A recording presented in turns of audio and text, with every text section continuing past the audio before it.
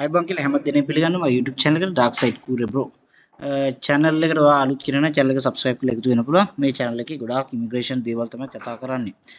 හරි ගොඩක් කට්ටිය ඊශ්‍රායලට වෙබ් පෝර්ටල් එක ඕපන් වුණා නිසා ස්ට්‍රක් වෙලා හිටියා මේක දාගන්න බැරුව කොහොමද ඇප්ලිකේෂන් දාගන්න කියලා.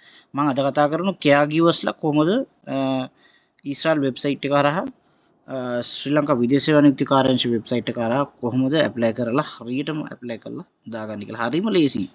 මේක කරගන්න බැරි වුණොත් වැඩක් නැහැ. මෙන්න මේ අකුරු පහ ගහන්න තියෙන Google එකට ගිහිල්ලා. Google හොයාගන්න Google ගිහිල්ලා SLBFE ගහපු ගමන් මෙන්න මේ වෙබ්සයිට් එක එනවා. ශ්‍රී ලංකා විදේශ සේවා නියුක්ති කාර්යාංශ ශ්‍රී Lanka Bureau of Foreign Employment කියන මෙන්න මේක එනවා. මෙන්න මේ ලෝගෝ එකත් එක්කම එන්නේ. ඒ නිසා හරි ලේසි හොයාගන්න. මෙතන ක්ලික් කරනවා. අපි බලමු caregivers-ලා කොයි විදිහටද ඇප්ලයි කරන්න ඕනේ ඔන්ලයින්. හරි විනාඩි 5ක් අච්චන් නැති වැඩක් මේක. හරි මම මේ පිට රටක ඉඳගෙන කරන්නේ ඔයගොල්ලන්ට මේ වීඩියෝ එක හරියට ලේසියෙන් කරගන්න පුළුවන් නිසා. හැමෝම අහලා තියෙන කොහොමද කරන්නේ කියන එක. ඉතින් මෙහෙම පල්ලෙහාට යන්න පොඩ්ඩක් බලන්න. මෙතන යනකොට announcement කියලා එකක් තියෙනවා. මෙතන කොරියා සම්බන්ධයෙන් announcements තියෙනවා. මෙහෙම පහළට යනකොට අපි බලමු. එතන our services තියෙනවා. ඊට පස්සේ home recruitment programs of SLBFE කියන තැනට ආවා. බඳවා ගැනීම ප්‍රෝග්‍රෑම් ශ්‍රී ලංකා විදේශ සේවා නියුක්ති කාර්යාංශ පළවෙනි එක තමයි ඊශ්‍රායල් මුලින්ම තියෙන්නේ. මෙන්න මේක ක්ලික් කරන්න. ක්ලික් කරාට පස්සේ ඔන්න ඔහම එනවා ඊශ්‍රායල් පළවෙනි එක තියෙන්නේ ඇග්‍රිකල්චරල් එම්ප්ලොයිමන්ට් ප්‍රෝග්‍රෑම් ඊශ්‍රායල්. ඒ කියන්නේ කෘෂි කාර්මික සම්බන්ධයෙන් කවුරු හරි ඇප්ලයි කරනවා නම් මෙන්න මෙතන ගිහිල්ලා මෙන්න මේක ක්ලික් කරන්න. recruitment for agricultural employment in Sri Lanka in Israel. මම අද කතා කරන්නේ මෙන්න මේ caregiver. වැඩිපුරම සේවකයන් ප්‍රමාණයක් ඊශ්‍රායලට යන්නේ මෙන්න මේ ප්‍රෝග්‍රෑම් එක හරහා. ගොඩක්ම කට්ටිය ඉන්නේ මේ ප්‍රෝග්‍රෑම් එක හරහා. ඉතින් දැන් ඊශ්‍රායල කියන්නේ මහා ප්‍රසිද්ධ රටක් වෙලා තියෙනවා. ගොඩාක් කට්ටිය බය නැතුව යුද්ධෙ තීද්දි වුණත් යනවා. මොකද දන්නවා එහි පඩි හොඳයි. මාත් ඊශ්‍රායලේ ඉඳලා තමයි කැනඩාවේ ආවේ. ඉතින් එහි පඩි ගොඩාක් හොඳයි. හොඳ පඩියක් හම්බ කරගෙන තමන් කැමති දිහාවකට යන්න පුළුවන් ඕන රටකට යන්න පුළුවන් යුරෝපයට ගිහිල්ලා ඉවරලා ටුවර් කරලා එන්න පුළුවන් පහසුකම් හොඳට තියෙනවා. ඉතින් කිසි දෙයකට බය වෙන්න දෙයක් නැහැ. ඒ නිසා මිනිස්සු ගොඩක් කොරියා සහ ඊශ්‍රායල් තමයි ටාගට් කරන රටවල් දෙක ප්‍රධාන ලෙස හොඳ ආදායමක් ගන්න පුළුවන් රටවල් දෙකක්. ඒකෙනුත් මේ caregiver program එක කරා ගිහිල්ලා අවුරුද්දක වීසා එකක් අරගෙන අවුරුදු 4 මාස 3ක් යනකම් මේගොල්ලන්ට ඉන්න පුළුවන් එක එම්ප්ලොයි ගාව.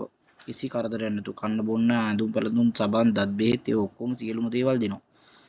නිකන් ලෙඩා බලාගෙන ඉන්න විතරයි තියෙන්නේ ගෙදරට වෙලා. wifi අරෝම හැමදේම ෆ්‍රී ඉතින්. සම්බ කරන සියල්ලක්ම ලංකාවට දාන්න පුළුවන්. ඒ මදිවට තව සිකුරාදා සෙනසුරාදා පාර්ට් ටයිම් කරලා හොයාගන්නත් පුළුවන්. ඒ දවස් දෙකට විතර රුපියල් ලක්ෂයකට වැඩි හොයාගන්න පුළුවන් සතියන්තේ ලංකාවේ සල්ලි වලින් බැලුවොත්. ඒ නිසා තමයි ඊශ්‍රායල් එන එක වාසි කියන්නේ. මෙන්න මෙතෙන්ට එන්න. මෙතන caregiver program එක වෙන recruiting for caregiver employment in Israel click කරපු ගමන් මේක මෙතනින් උඩින් වෙන Israel Sri Lanka caregiving workers project එක. please read the instructions before you apply. ඒ කියන්නේ අයිදුම් කරන්න කලින් කරුණාකර මෙන්න උපදෙස් කියවන්න. මේ සිංහලෙන්ම තියෙන මෙතන මේක ක්ලික් කරගන්න පුළුවන්.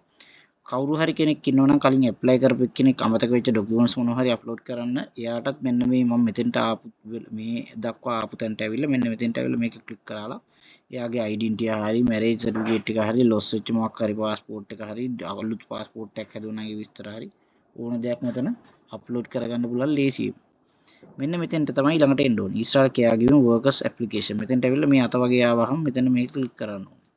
ක්ලික් කරාට පස්සේ මෙන්න මෙතන හරි ලේසියෙන් මේක පුරවගෙන යන්න පුළුවන් Israel Sri Lanka caregiving workers project.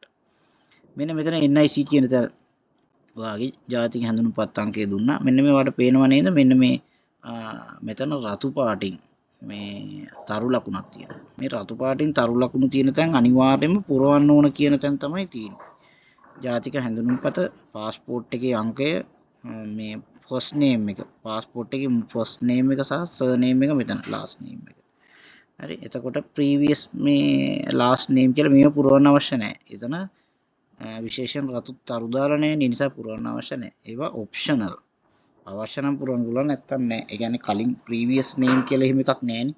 නම් වෙනස් වුනේ නැත්තම් මෙතෙන්ට ආවම උපන් අවුරුද්ද, උපන් මාසය, උපන් දිනය මෙතන ටෙලිෆෝන් නම්බර එක වැඩ කරන ටෙලිෆෝන් නම්බරයක් එන්න ඕනේ. මැසේජ් එකක් එනවා ගෙන්න ගන්න පුළුවන් ටෙලිෆෝන් නම්බරයක් වෙන්න ඕනේ. දැන් මේ වෙලාවේ ෆෝන් එක අතේ තියෙන්න ඕනේ. නැතුවත් බෑ. මෙන්න මෙතන I am not a robot කියන මෙතන ටික් මාක් එක දාගන්න ඕනේ මේක ක්ලික් කරලා. ඊට පස්සේ මෙතන පහළට ගිහිල්ලා ඉවරලා පිරිමිද ගැහණුද කියන එක දාගන්න ඕනේ. පිරිමි නම් පිරිමි ගැහණු නම් ගැහණු. මෙතන marital status එක married කියලා දැම්මොත් මෙන්න බලන්න මෙතන married කියලා දැම්මොත් ඔයාලට සිද්ධ වෙනවා ඔයාගේ පාර්ට්නර්ගේ විස්තරات මෙතන ලියන්න. මෙතන රතු පාට තරු දාලා නැතත් මෙතන අනිවාර්යෙන්ම පුරවන්න ඕනේ පාර්ට්නර් full name එක. يعني මෙතන last name surname එක මෙතන first name එක.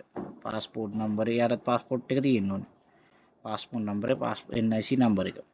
ඊට පස්සේ එයාගේ උපන්දිනය තමයි මෙතන දාන්න ඕනේ. ඔයාගේ උපන්දිනය උඩ දැම්මේ. එයාගේ උපන්දිනය මෙතන දාන්න ඕනේ. අපි බලමුකෝ මේක මේ unmarried කියලා බඳපු නැති කෙනෙක්ට වුණාම මෙන්න මේක එන්නේ කියලා වැටෙනවා. not applicable. මේ නිකම්ම ඒ ටික පිර වෙනවා. හරි. ඒ නිසා ඔයාලට කරදරයක් නැහැ. ඒ ටික ඔටෝමැටිකලි පිර වෙනවා. මේ මෙහෙම මේ සිස්ටම් එකෙම මේ 1990 ජනවාරි 1 කියලා සිස්ටම් එකෙන් මෙන්න එකක් ඒක ගැන එච්චර හිතන්න එපා. ඔයා මෙතන අන්මැරීඩ් හරි ඩිවෝස් කෙනෙක් හරි වැන්දපු කෙනෙක් හරි විදිහට දැම්මොත් ඔයාට මේ පල්ලෙහා පුරවන්න ඕනේ නැහැ කොටස. හරි. ඒ නිසා ඒ ගැන බය වෙන්න එපා. මේ කොටස ගැන බය වෙන්න දෙයක් නැහැ. මැරි කල්ලා නම් විතරයි මේ කොටස ටයිප් කරන්න ඔටෝමැටිකලි එන්නේ. නැත්තම් එන්නේ නැහැ.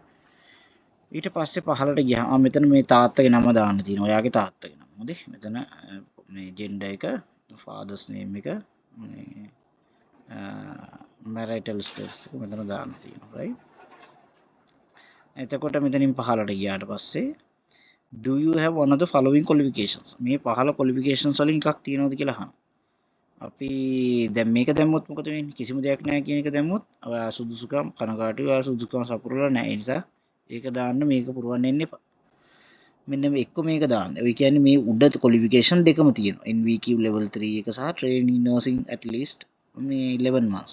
අඩු ගානේ මාස 11ක්වත් තියෙන ට්‍රේනින් එකක් නර්සින් සම්බන්ධ. ඒ කියන්නේ ලෙඩුන්ට උදව් කරලා බෙඩ් සයිඩ් එක ළඟ ලෙඩුන්ට ලෙඩේ බලාගෙන ඉඳලා ඒ වගේ මොකක් හරි ට්‍රේනින් එකක් තියෙනවා නම් සාතිකයක් නැතුණත් කමක් නැහැ මේක දාන්න. කොහොමද? අන්න ඒක දැම්මට පස්සේ ඔයා මෙතන දාන්න. මේ මොකක් හරි අපි දාමුකෝ මේක අපි දාමු දැන් නර්ස් කෙනෙක් මේක ඇප්ලයි. එයා කියනවා ඩිප්ලෝමා ඉන් නර්සින්. එයාගේ ක්වොලිෆිකේෂන් එක. එතකොට මේක තවත් හයිලයිට් වෙනවා. රිමාර්ක් වැඩි chance එකක් තියෙනවා ඇප්ලිකේෂන් එක ඇදෙන්න. හරි. අපි හිතමුකෝ ට්‍රේනින් විතරක් කරපුවා. Training in an institute. කොහරි ගාල්ලේ හරි ඔය ගාල්ලේ එහෙම නැත්නම් මාතර එහෙම නැත්නම් කොළඹ ඒ වගේ ඔහොම දාගන්න පුළුවන්. කැමති දෙයක් රිමාර්ක්ස් එකක් දාගන්න. ඒතර වැඩි chance එකක් තියෙනවා ඔයගේ ඇප්ලිකේෂන් එක. ඊට පස්සේ ඔයා අන්න අතන ඒ ඔක්කොම දාලා ඉවරලා මෙන්න මෙතන මේ get verification කියන කෝඩ් එක ගන්න මේක අදාළ එක ක්ලික් කරන්න. ක්ලික් කරාට පස්සේ ෆෝන් එකට කෝඩ් එකක් එනවා. අන්නේ කෝඩ් එක මෙතන ගහන්න. මෙතන ගැහුවට පස්සේ තමයි ඔයාලට save and continue කියන එකට යන්න පුළුවන්. ඔයාගේ પાස්පෝර්ට් එකේ ෆොටෝ එකක් කම්පියුටරේ ඇතුලෙන් හොයලා මෙතෙන්ට දාගන්න. මේක ක්ලික් කරලා. ජාතික හැඳුනුම්පතේ එක ඉස්සෙල්ලාම දාන්න මෙතෙන්ට. මේක ක්ලික් කරාම ඔයාගේ කම්පියුටරේ තියෙන තැන හොයාගෙන ගිහිල්ලා එතන අප්ලෝඩ් කරලා. මේක පුරවන්න එන්න කලින් කම්පියුටරේට ඒක සේව් කරගෙන තියාගන්න. මොකද්ද? පාස්පෝර්ට් එකේ කොපියක් සහ ජාතික හැඳුනුම්පතේ කොපියක්. එහෙම වුණොත් තමයි ඔක කරගන්න පුළුවන්. ලේසි. වැඩි වෙලාවක් යන්නේ නැහැ. save and continue බටන් එක දුන්නාම හරි ලේසියෙන් මේක save වෙලා continue වෙනවා. හරි. ඉතින් හරිම ලේසි මේ වෙලාවේ කිසි ප්‍රශ්නයක් නැතුව මෙන්න caregiver කෙනෙකුට මේක ලස්සනට දාන්න පුළුවන් මේ chance එක තියෙනවා. හරි. වෙබ් එකේ කිසි කරදරයක් නැහැ. ලස්සනට දාන්න පුළුවන්. ඒ නිසා දාගන්න බලන්න. හරි. ඔයාලා කොහොමත් ඉස්සරහට එනවා රස්සාවල් තියෙනවා. ඒ නිසා තමයි මේක වෙබ් එක මෙහෙම ඇරලා තියෙන්නේ. නැත්තම් මේ වෙනකොට මෙහෙම කියන්නේ මේකේ මේ ඇප්ලිකේෂන් අරගෙන ඉවරයි. ඒ නිසා කරන්න මේ ඇප්ලිකේෂන් සීමාව ඉවර නිසා කරන්නේ නැහැ කියලා. නමුත් දැන් මේ බලන්න ලස්සනට මේක ඕපන් වෙලා තියෙන වෙබ් එක. මේ වෙලාවේ එන්න chance එක ගන්න. එහෙනම් අපි නැවත වීඩියෝ එක නැවත හමු. සුබ දවසක්. මේ ජය වේවා ඔයගොල්ලන්ට. right අපි බැලුවොත් එහෙම channel එකට ගිහලා මේ තියෙන මගේ YouTube channel එක. ඔයගොල්ලන්ට පුළුවන් මේ මගේ YouTube channel එකට ඇවිල්ලා ගොඩක් පැත්තේ බලලා ඉවරලා මොනවද මේකේ තියෙන්නේ කියලා බලලා හොයලා මම ඉස්සරහට ගැන ගොඩාක් දේවල් වීඩියෝස් එහෙම කරලා තියෙනවා. ඔයගොල්ලන්ට හොයාගන්න පුළුවන්. ගොඩක් වීඩියෝස් තියෙනවා. ඉතින් මේකට ඇවිල්ලා ඔයාලට මොනවද ඔයාලට වැදගත් වුණා හරි තියෙනවා නම් පොඩ්ඩක් මේ බලන්න. මේ මම මේ අවුරුදු 3කට කලින් කරපු මේ එකක්. මේකෙත් කොහොමද කරගන්නේ කියන එක ගැන තමයි මම විස්තර කරලා තියෙන්නේ. ඒකත් 1,35,000 කට්ටිය බලලා තියෙන මේකත් මොකක් හරි වැදගත්කමක් තියෙන නිසා තමයි මේක බලලා ඉවරලා මේ වැඩ ටික කරගන්න. එහෙනම් අපි නැවත වීඩියෝ නැවත හමු සුබ දවසක්.